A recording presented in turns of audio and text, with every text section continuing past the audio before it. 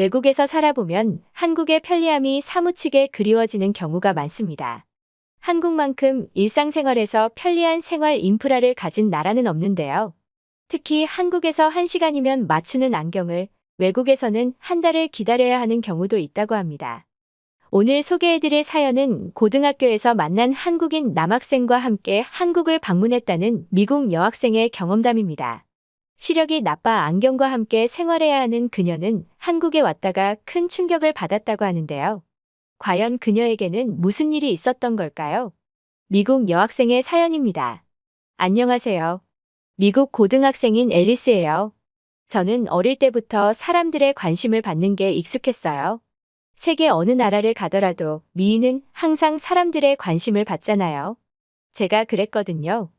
그게 익숙했지만 그건 집 밖에서만 있는 일이었습니다. 시력이 나빠서 큼지막한 안경을 집에선 늘 쓰고 있어야 했어요. 얼마 전 한국에 다녀오기 전까지 말입니다.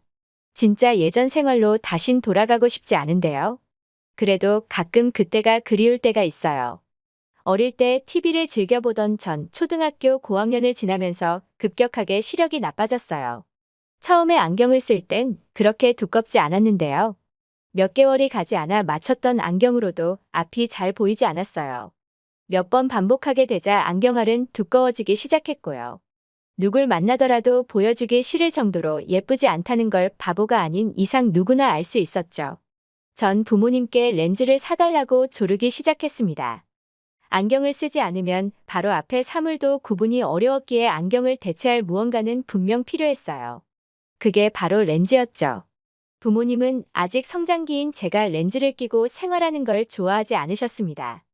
안 된다고 반대하셨지만 저 역시 너무 완강했어요. 안경을 쓰고 학교에 간다면 차라리 학교를 그만 다니고 싶었으니까요. 결국 부모님이 저에게 두 손 두 발을 드셨지만 한 가지 조건이 있었습니다. 학교가 끝나고 집에 오는 대로 렌즈를 벗어야 한다는 점이었어요.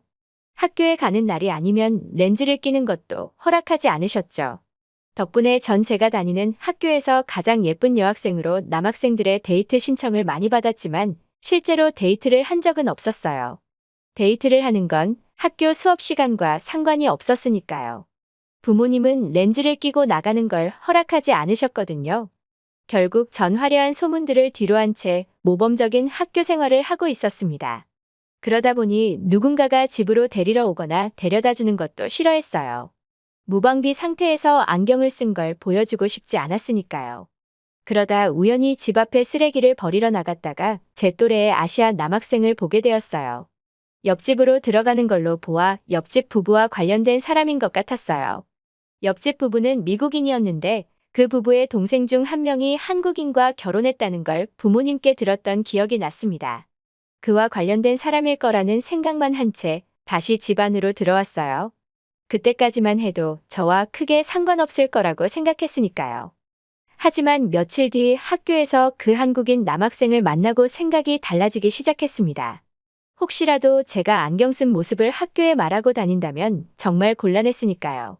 전 한국인 옆집 남학생에게 다가갔어요. 반갑게 먼저 아는 척을 하며 며칠 전 집 앞에서 만났다는 걸 자연스럽게 꺼냈는데요. 한국인 남자는 마치 저를 처음 보는 것처럼 대하더라고요.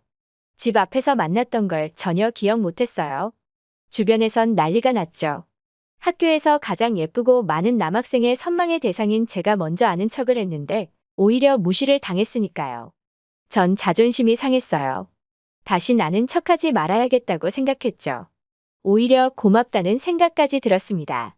이렇게 저를 몰라볼 정도라면 안경 쓴 제 모습을 말하고 다니지 않을 것 같았으니까요. 그리고 또 며칠이 흘렀는지 정확하게 알 수 없지만 집 앞에 잔디를 깎다가 또 한국인 남학생을 만나게 되었습니다. 이번에도 전 안경을 쓰고 있었는데 어찌된 일인지 한국인 남학생이 먼저 아는 척을 했어요. 자신이 어학연수로 사촌 누나네 집에 머물게 되었다며 앞으로 만나면 인사를 하자는 거였습니다.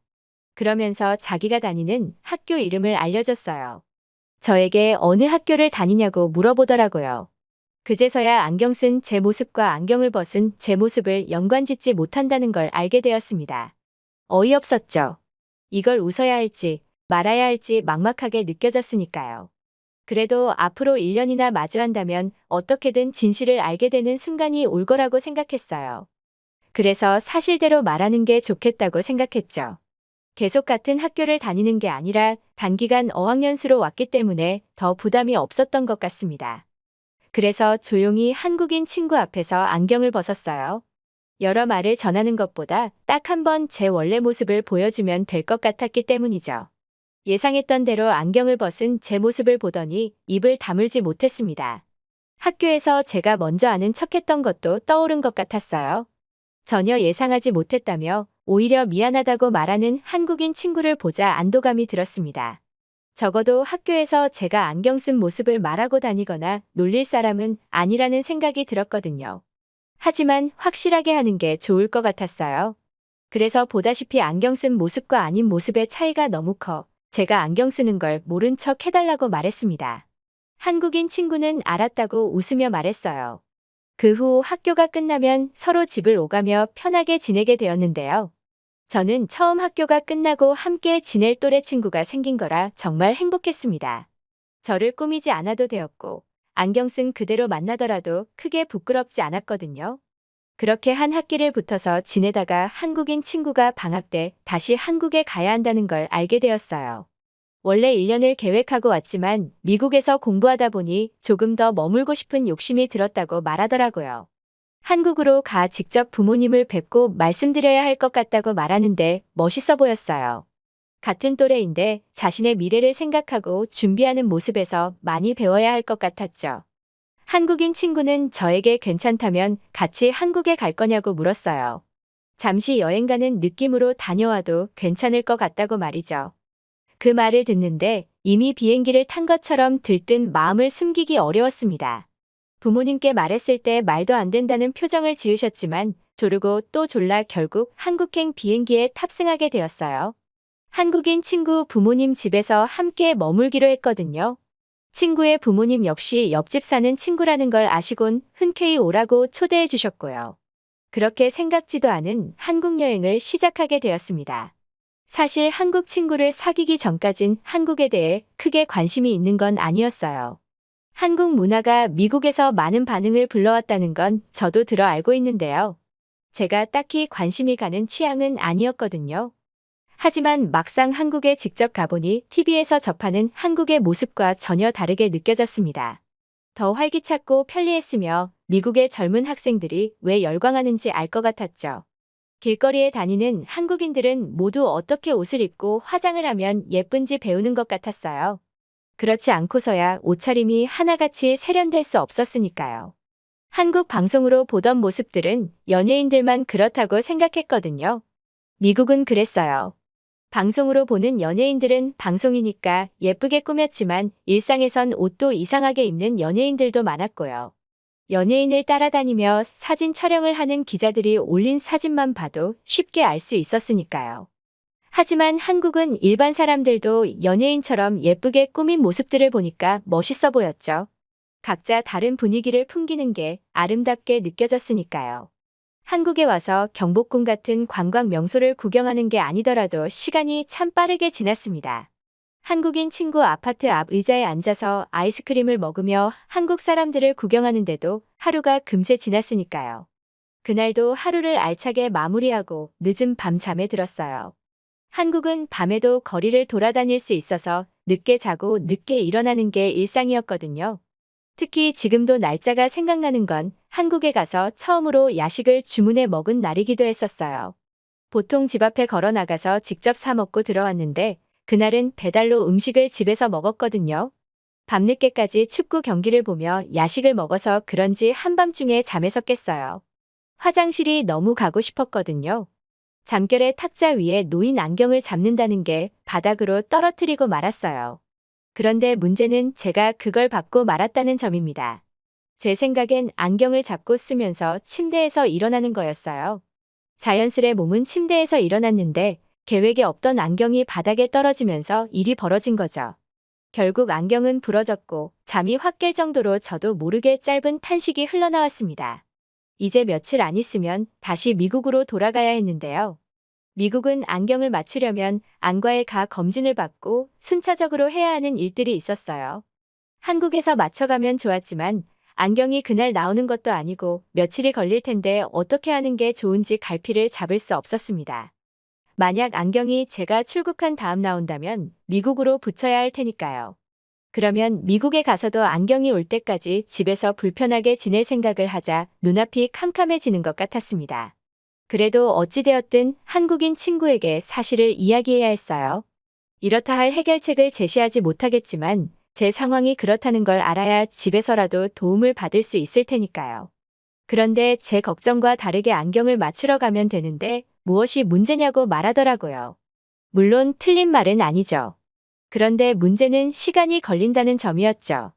한국인 친구는 1시간도 안 돼서 안경을 쓸 수 있는데 뭐가 문제인지 알 수 없다는 듯 말했어요. 전 거짓말하지 말라고 말했고요. 그러자 한국인 친구는 자신이 즐겨 찾는다는 아파트 단지 앞 안경원으로 당장 가자고 말했습니다. 아직 아침 9시밖에 안 되었는데 말이에요. 무엇보다 안과가 아니라 안경원으로 가자는 게 더 이해하기 어려웠는데요. 얼마나 자신 있길래 이 아침에 안경원에 가자고 하는지 궁금해서 그러자고 따라 나섰습니다. 그리고 안경원 문을 열었을 때도 매우 놀라진 않았어요. 다양한 안경이 있었을 뿐이니까요. 하지만 시력 검사를 하자며 검사실로 안내했을 때 전 놀라고 말았습니다. 지금 여기서 바로 검사가 가능한지 몇 번이고 물었거든요. 그리고 정말 몇 분 흐르지 않아 제 시력을 체크하고 말았어요. 한국 안경원에서요. 안경 도수를 맞추기 위해 이상한 안경을 쓰라고 하더니 다양한 도수를 제 안경에 꼽기 시작하더라고요. 한국인 안경사가 뭐라고 말하는데 당연히 알아들을 수 없었죠. 한국인 친구가 어지러운지 걸어보라고 영어로 말해줘서 알 수 있었어요. 미국에서 쓰는 안경처럼 익숙하게 상당히 두꺼운 안경은 불편했지만 어지럽지 않게 잘 보였습니다. 그래서 좋다고 말했어요. 그러자 저에게 다시 물었죠. 몇 번 압축할 거냐고요? 전 그게 무슨 뜻인지 알지 못해 다시 물었어요. 미국에서는 안경알을 압축한다는 개념이 없거든요. 그러자 안경알을 얇게 만드는 작업이라며 총 4번까지 가능하다고 알려줬어요. 가격 차이가 있다는 소리를 덧붙였지만 이미 제 귀에 들리지 않았죠. 안경알을 얇게 만들 수 있다는 소리만 들렸으니까요. 며칠이 걸리더라도 전 완성된 안경을 가지고 미국으로 돌아간다는 결심을 하게 만들었죠. 하지만 20분도 지나지 않았는데 완성됐다는 말도 안 되는 소리를 듣게 되었습니다. 그리고 안경을 받았을 땐 장난치는 줄 알았어요. 한국인 친구처럼 정말 얇은 안경이 내 안경이라고 말했거든요. 한국인 친구도 사실 안경을 쓰고 있었는데 제 안경과 비교도 안 되는 얇은 안경을 쓰고 있었어요. 그래서 그게 멋으로 쓰는 안경이라고 생각했죠. 사실 이제야 하는 말인데 그래서 첫인상을 재수 없다고 생각하기도 했습니다. 저는 어쩔 수 없이 두꺼운 안경을 써야 하는데 그와 반대로 멋으로 안경을 쓴다고 생각했으니까요. 물론 한국인 친구의 성격을 알고 나선 그런 오해를 더 이상하지 않았지만 말입니다. 여하튼 그런데 알고 보니 한국인 친구도 시력이 상당히 나빴더라고요. 심지어 저보다 더 나빴는데 4번 압축한 안경을 사용하니 얇아서 전혀 알지 못했던 거죠. 안경을 쓰고 몇 번이나 거울을 다시 쳐다봤습니다. 이런 안경을 쓸 수 있을 거라고 한 번도 상상한 적 없거든요. 제가 미국에서 쓰던 안경보다 얇기도 얇았지만 정말 가벼웠어요. 이제 더 이상 콧잔등이 눌려서 안경 자국이 남지 않는다는 사실이 정말 행복했죠. 그 길로 바로 엄마에게 전화를 걸었습니다. 미국은 밤이지만 저에겐 중요하지 않았어요. 이 사실을 누구보다 빠르게 엄마에게 전해주고 싶었거든요. 제 모습을 영상으로 확인한 엄마 역시 놀라움을 감추지 못했습니다. 정말 잘 보이는 거 맞냐며 제 도수보다 약하게 맞춘 게 아닌지 몇 번 확인하셨죠. 그리고 아니라는 제 확답을 여러 번 받은 후에 이렇게 말씀하셨습니다. 여분의 돈을 더 보내줄 테니 안경을 2개 정도 더 맞춰 오라고요. 안경을 쓰다가 부러지거나 잃어버릴 위험성을 대비해 몇 개 더 맞춰 오라는 거였습니다. 엄마도 전화로 본 제 모습이 믿어지지 않으셨던 거죠. 무엇보다 미국에 온다면 한국에서 맞췄던 안경처럼 얇고 세련된 안경을 맞추지 못한다는 걸 너무 잘 아셨던 것 같습니다. 미국에서는 이런 안경을 못 맞추는 게 돈 때문이 아니었거든요. 전혀 다른 시스템 같아요. 같은 시대를 살고 있는지 의심이 될 정도로 미국은 제 부모님의 부모님 세대, 즉 할머니 세대에 쓰던 안경을 지금도 사용하고 있으니까요. 한국에 온 첫날부터 전 한국이 좋았는데요. 안경을 맞춘 그 순간부터 전 한국을 사랑하게 되었습니다. 세상 어느 나라를 가더라도 이렇게 합리적인 나라는 없을 것 같아요. 많은 사람이 한국에 열광하는 건 그만큼 대단한 나라기 때문인 것 같습니다. 한국 여행을 마치고 다시 미국으로 돌아왔는데요. 지금은 종종 학교 갈 때 안경을 쓰고 가게 되었어요. 미국에서 쓰던 안경은 저를 바보 같은 이미지로 만들었는데요. 한국에서 맞춰온 안경은 저를 지적인 이미지로 만들어주기 때문이에요. 단순히 예쁘기만 한 여학생이 아니라 똑똑한 여학생의 이미지를 만들어줘서 너무 행복합니다. 한국 여행 덕분에 안경을 쓴 제 모습까지 사랑하게 되었어요. 만약 아직도 두꺼운 안경으로 바보 같은 외모가 싫으시다면 한국 여행을 꼭 다녀오라고 알려드리고 싶네요. 한국의 매력에 푹 빠지실 거예요. 이건 정말 제가 장담해요. 어떻게 보셨나요? 한국을 방문했던 미국 여학생의 사연이었습니다. 그녀의 경험을 통해 볼 때 한국은 많은 면에서 매력적인 나라임이 분명해 보이는데요. 특히 한국은 현대 기술과 서비스가 발달한 곳이며 안경과 같은 일상적인 필요를 충족시키는 데 있어서 효율적이고 혁신적인 해결책을 제공하는 것으로 유명합니다. 그 결과 1시간 만에 안경을 맞출 수 있다는 사실이 외국인들에게 큰 놀라움을 주었네요. 지금까지 특별한 한국의 이야기를 전해드리는 스페셜 튜브였습니다. 구독과 좋아요를 눌러주시면 영상 제작에 큰 힘이 됩니다. 소중한 의견도 댓글로 남겨주세요. 끝까지 시청해주셔서 감사합니다. 더욱더 좋은 영상으로 찾아뵙겠습니다.